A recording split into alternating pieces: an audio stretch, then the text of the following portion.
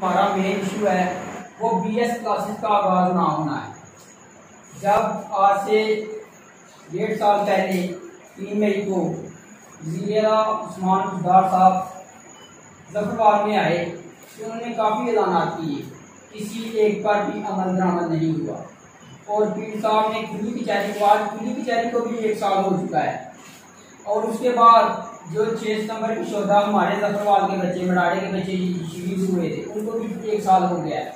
लेकिन जो जिस इशू पे मैं बात करना चाहता हूँ वो यही है कि बीएस क्लासेस का आगाज़ क्यों नहीं हो रहा।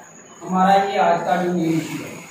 तो बीएस क्लासेस आप अपने भाई छोटे को भेजें, आप कागज को कहेंगे अभी एडमिशन का मसला है, अभी एनओसी का भी पहले मसला था, लेकिन एडमिशन पूरे पंजाब में हर यूनिवर्सिटी ने दाखिलों का आगाज कर दिया है।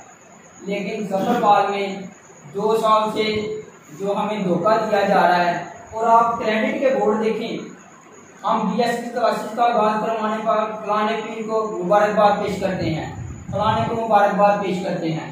मेरे भाइयों, आप हम ज़फ़रवाल के वासी हैं, अगर ज़फ़रवाल के मिसाल के लिए हम ना बोलेंगे तो कौन बोलेगा। तो आज ये पीर साहब ने सिर्फ और सिर्फ झूठों की सरपरस्ती कर रहे हैं। पीर सैयदुल हसन साहब सिर्फ और सिर्फ झूठों की सरपरस्ती कर रहे हैं।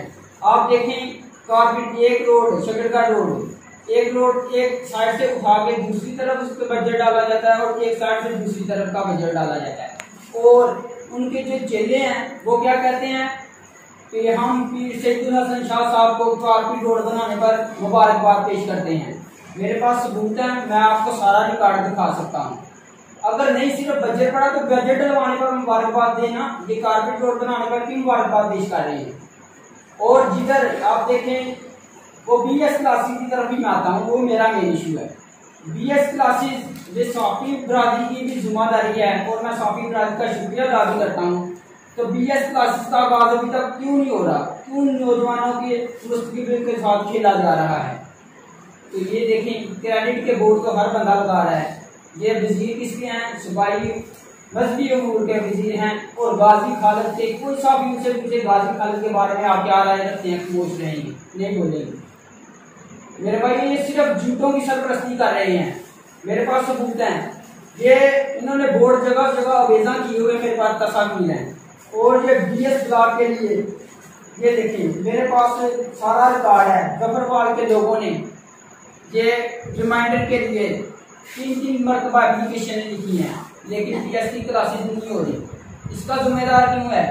और बीएस क्लासेस के लिए वहाँ बीएस ब्लॉक का होना बहुत जरूरी है। बीएस ब्लॉक तो बहुत जरूर, इन्होंने ज़फ़रवाल की माओ बहनों के लिए, उधर जिन्होंने एडमिशन लेना है बेटियों के लिए, अभी तक एक वाशरूम का आगाज नहीं किया।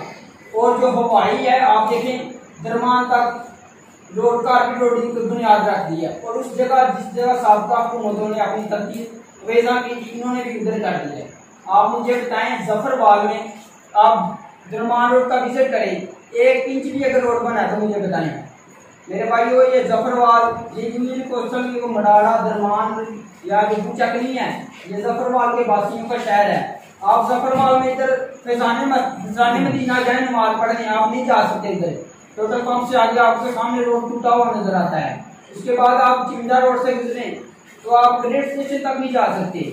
आप ज़फ़रवाल के जम्मू कश्मीर रोड साहब के सामने जो गुजरा है, उनको देखिए आप उस रोड पे आपको जगह जगह खड्डे नजर आएंगे। मेरे पास जितनी भी बातें कर रहा हूँ, मेरे पास बकायदा सबूत है, ऐसे ही प्रेस कॉन्फ्रेंस हो जाती है। आप देखें, ये सिविल हॉस्पिटल के सामने परवेज हॉस्पिटल है, उसको रोड तक जाता है जो उसके दरमियान में गड़ा है, लेकिन एसी साहब और सीओ साहब सोए हुए हैं। आप देखें, दमथल की तरफ से ये गुजर के आते हैं एसी साहब और दूसरे लोग, ये आला हुकाम गुजर के आते हैं ज़फ़रवाल में, इनको जरा शर्म नहीं आती हम किस गड्ढों से गुजरे हैं। मेरे भाई, यही मेरा मुतालबा है, पीर साहब इनका फिर फोर जवाब दें कि बीएस क्लासेस का आगाज क्यों नहीं हो रहा।